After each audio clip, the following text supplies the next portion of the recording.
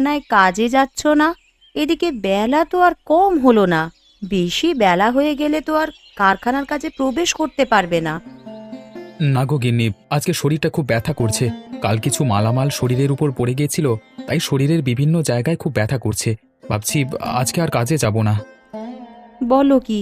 কাজে না গেলে তো শ্যামলবাবু বেতন কেটে রেখে দেবে।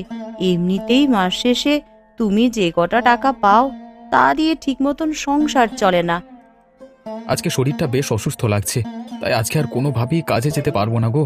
আর বেতন কেটে রেখে দিলে কোনো সমস্যা হবে না, পরে না হয় অতিরিক্ত কাজ করে দেব। আচ্ছা ঠিক আছে, তুমি যা ভালো মনে করো তাই করো।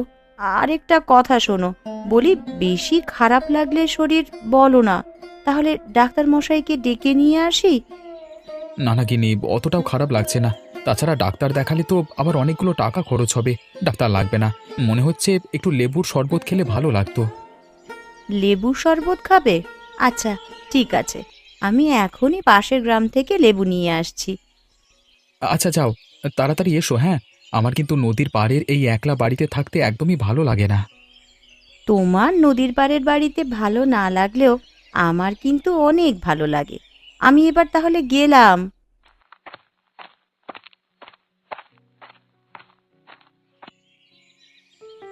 কি ব্যাপার ম্যানেজার শ্যামল, এদিকের কাজ কেমন চলছে? শ্রমিকেরা ঠিকমতো কাজ করছে তো?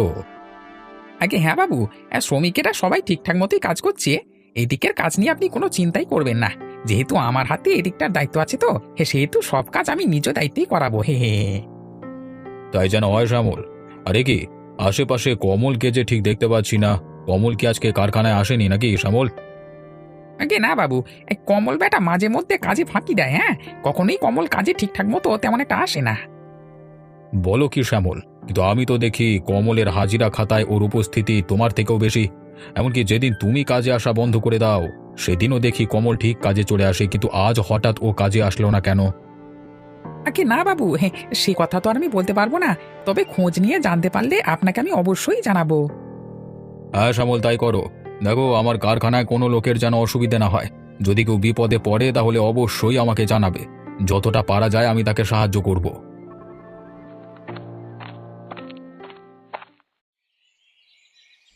কই গো গিন্নি, কোথায় গেলে? শরীরটা যে আজও বেশ ভালো লাগছে না গো। বলো কি গো? তাহলে তো তোমাকে আরো ঔষধ খেতে হবে। বলছিলাম কি, ডাক্তার মশাইয়ের ওষুধগুলো কি আবারও নিয়ে আসবো? আরে না না গিন্নি, ওষুধ আর আনতে হবে না। ওষুধ খেতে খেতে যে মুখটা একেবারে তেতো হয়ে গেছে গো। বলছিলাম কি, যদি একটু ভালো মন্দ খাওয়াতে তাহলে ভালো লাগতো। মুখে ভালো মন্দ দেবে তা ঠিক আছে, কিন্তু দিন দিন তো সংসারের সব কিছু ফুরিয়ে আসছে গো। এদিকে হাতেও অল্প কিছুই টাকা আছে। হ্যাঁ গিন্নি, তা তো জানি, কিন্তু দুঃখের কথা, পেটের ক্ষুধা কি আর মিটবে? যাও না গিন্নি, আজ আমার জন্য কিছু মাংস নিয়ে এসো। আজ মনটা মাংস খেতে ইচ্ছে করছে। আজ কত দিন ধরে তুমি বিছানায় পড়ে আছো, তাই হয়তো তোমার ভালো মন্দ খেতে ইচ্ছা করছে। আচ্ছা, আমি তাহলে বাজারে গিয়ে অল্প কিছু মাংস কিনে আনি, এরপর তোমাকে রান্না করে দেব। হ্যাঁ গিন্নি, যাও, আর তাড়াতাড়ি এসো, বুঝলে?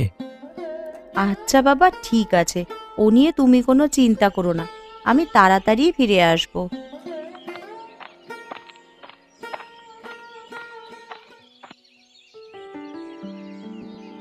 আগে বাবু, এখানে এ মাসের পুরো খরচের হিসেব আছে। কারখানায় এ মাসের কতটুকু সুতো লেগেছে, কতটুকু কাপড় লেগেছে, সব আমি পাই টু পাই হিসেব করে রেখেছি। আপনি একটু চোখটা বুলিয়ে নিন না। হ্যাঁ আরে না না শ্যামল, কি যে বলো না তুমি। আমার আবার চোখ বুলিয়ে নেওয়ার সময় আছে নাকি? যা খরচ হয়েছে এ মাসে তাই তো লিখেছো। আগে হ্যাঁ বাবু, তাই লিখেছি। আর তারপরেও আপনি চাইলে একবার চোখটা বুলিয়ে নিতে পারেন। আরে না না, আমার আর চোখ বোলাতে হবে না।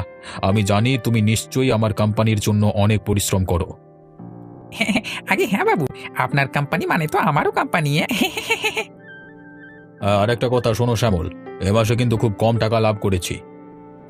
কি করবেন বাবু, এ মাসে তো আমাদের কারখানার কয়েকটা লোক ছুটিতে আছে। ওদিকে আবার কমল আজ কতদিন ধরে কাজে আসছে না। বলো কি শ্যামল, তোমাকে না কমলের খোঁজ নিতে বলেছিলাম?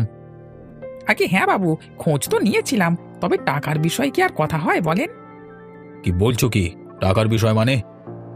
আসলে যতীন বাবু, আপনাকে কিভাবে বলবো, কমল যে খুব অসুস্থ, ওর কিছু টাকা পয়সার প্রয়োজন আছে আর কি। আরে দেখো দেখি কাণ্ড, আমার কারখানার একটা কর্মচারী অসুস্থ আর তার টাকার প্রয়োজন, তুমি আমাকে আগে বলবে না? যাও যাও, কমলের চিকিৎসার জন্য ওকে 10,000 টাকা দিয়ে এসো। কিন্তু যতীন বাবু, 10,000 টাকা তো অনেক টাকা। এই এতগুলো টাকা কি কমলকে দেওয়া ঠিক হবে? কমল হলো আমার কারখানার সবচেয়ে পুরনো লোক, এমনকি তোমারও আগে কমল এই কারখানায় কাজে এসেছে। এটুকু তো কমলের আমার কাছে প্রাপ্য। হ্যাঁ, আপনি মহান যতীন বাবু। আমি তাহলে এবার আসি। হ্যাঁ, হ্যাঁ শ্যামল, যাও যাও।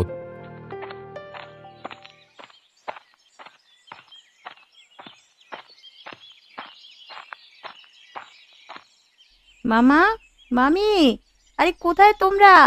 জলদি করে একটু বাইরে এসো। আমি রূপা। আরে রূপা, কেমন আছিস মা? আর কখনই বা এলি? আসার আগে অন্তত আমাকে তো একটু জানাতে পারতিস নাকি? আর বলো না মামি, এই পথ দিয়েই অফিসে যাচ্ছিলাম, তাই ভাবলাম তোমাদের সাথে দেখা করে যাই। অফিস? তুই আবার কিসের অফিস করিস রে রূপা?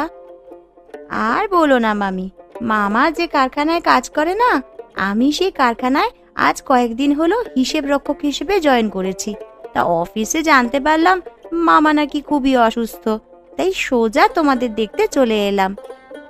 আচ্ছা ঠিক আছে, চল ঘরে চল রূপা, আজ কিছু বাজার করে এনেছি, রান্না বান্না করি, তারপর খেয়ে যাস।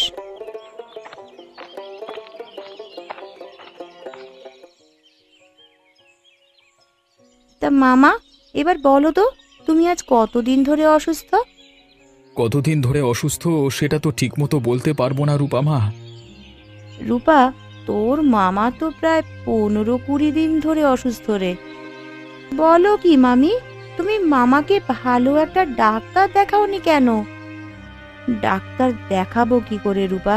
ডাক্তার দেখাতে যে অনেক টাকা লাগে।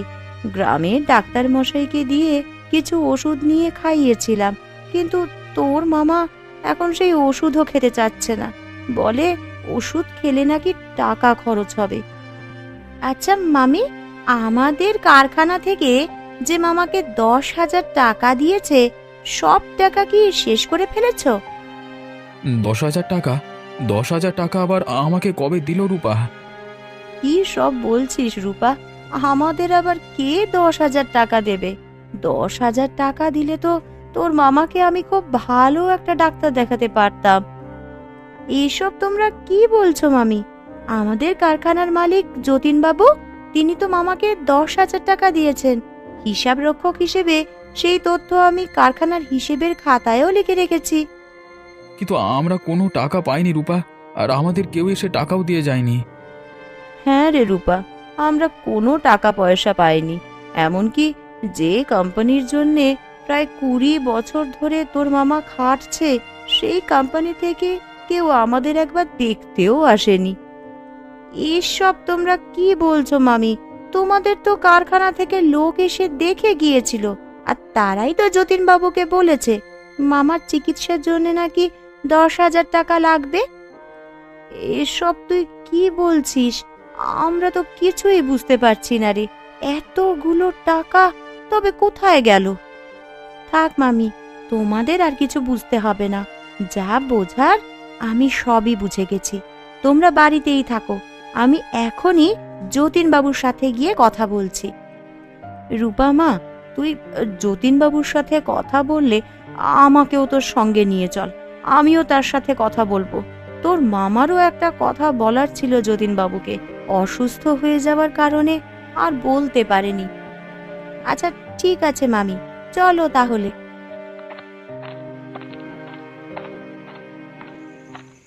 কালু, জগাই, তাড়াতাড়ি করে মালগুলো সরা, কেউ দেখে ফেলে কিন্তু সমস্যা হবে।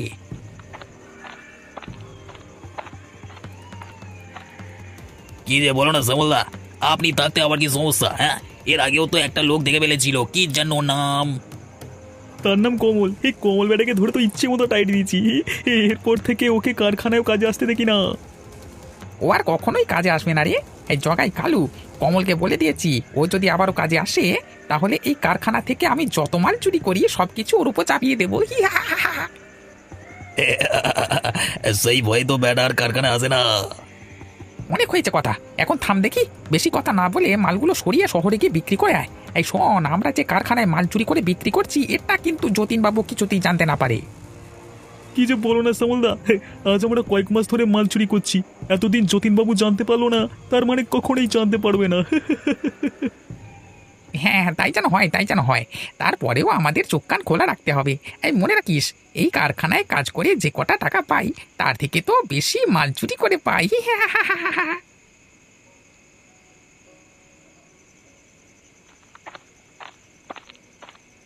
আরে রূপা, হঠাৎ তুমি আমার বাড়িতে কেন?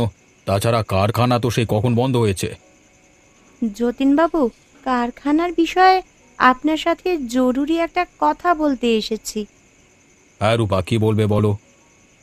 যতীনবাবু, আমি হলাম কমলের স্ত্রী। রূপা বলল আপনি নাকি আমার অসুস্থ স্বামীকে 10,000 টাকা দিয়েছেন, কিন্তু আমরা তো 1 টাকাও হাতে পাইনি। বলো কি কমলের বউ, আমি তো শ্যামলকে দিয়ে 10,000 টাকা পাঠিয়েছি, তো শ্যামল কি তোমাকে টাকা দেয়নি? না যতীনবাবু, টাকা তো দেয়নি, উল্টে শ্যামলবাবু নিজেই কমল মামাকে লাঠি দিয়ে মেরে অসুস্থ করেছে। এসব তোমরা কি বলছো? ম্যানেজার শ্যামল তো এমন হতেও পারে না। আমি তো তোমাদের কোনো কথাই বিশ্বাস করতে পারছি না। যতীনবাবু, আপনি যদি আমাদের কথা বিশ্বাস না করেন তাহলে চলুন, আপনি নিজের চোখেই দেখবেন। ঠিক আছে কমলের বউ, তাই চলো। রূপা, তুমি গিয়ে পুলিশকে খবর দাও। আচ্ছা ঠিক আছে যতীনবাবু, আপনারা যান, আমি পুলিশ নিয়ে এখনই আসছি।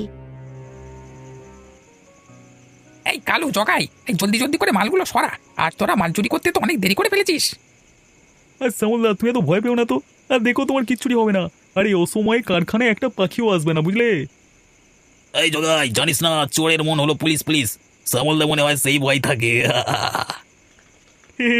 তুই ঠিক কথাই বলেছিস কালু। এই তোরা না কাজের যে কথা বেশি বলিস। এই জলদি জলদি করে মালগুলো সরা, বলা তো যায় না কখন আবার কি হয়ে যায়।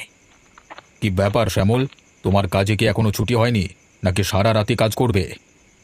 আপনি, যতীনবাবু, আপনি হঠাৎ এখানে কেন? কি মনে হয় হঠাৎ এখানে কেন এসেছি? ওরে কালু, পালারে পালা, বাঁচতে চাইলে পালা।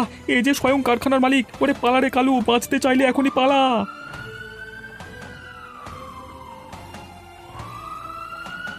যতীনবাবু, যতীনবাবু, আমার অনেক বড় ভুল হয়ে গেছে, আমাকে ক্ষমা করে দেন। আমি আর কখনো এরকম করবো নিকো। যতীনবাবু, হ্যাঁ, আপনি আমাকে যে শাস্তি দেবেন আমি তাই মাথা পেতে নেব। এবারের মতো আমাকে ছেড়ে দিন, ক্ষমা করে দিন। তোর শাস্তি হবে 14 শিকের ভেতরে। এই কে আছিস? ওকে ধর, ওকে ধরে এখনই থানায় নিয়ে চল। ছেড়ে দিন, দয়া করে আমাকে ছেড়ে দিন, আমি আর কখনোই চুরি করবো না। পুলিশ সাহেব, ওকে এক্ষুনি থানায় নিয়ে যান। ও যেন কিছুতেই ছাড়া পেতে না পারে সে ব্যবস্থা করুন। হতছাড়া আমার কোম্পানির অনেক মাল চুরি করে বিক্রি করে দিয়েছে, সেই সাথে আমার বিশ্বস্ত কিছু কর্মচারীকে মেরে কাজ থেকে বের করে দিয়েছে। যতীনবাবু চলুন, এবার বাড়ি চলুন। পুলিশ মশাই শ্যামলবাবুকে উপযুক্ত শাস্তি দেবেন। হ্যাঁ রূপা, তাই চলো। আর শোনো, আজ থেকে আমার এই কারখানার ম্যানেজার হলে তুমি। তোমাকে আমি হিসেব রক্ষক থেকে ম্যানেজারে নিয়োগ করলাম। ধন্যবাদ যতীনবাবু, আপনাকে অনেক অনেক ধন্যবাদ। মামি চলো, এবার বাড়ি চলো।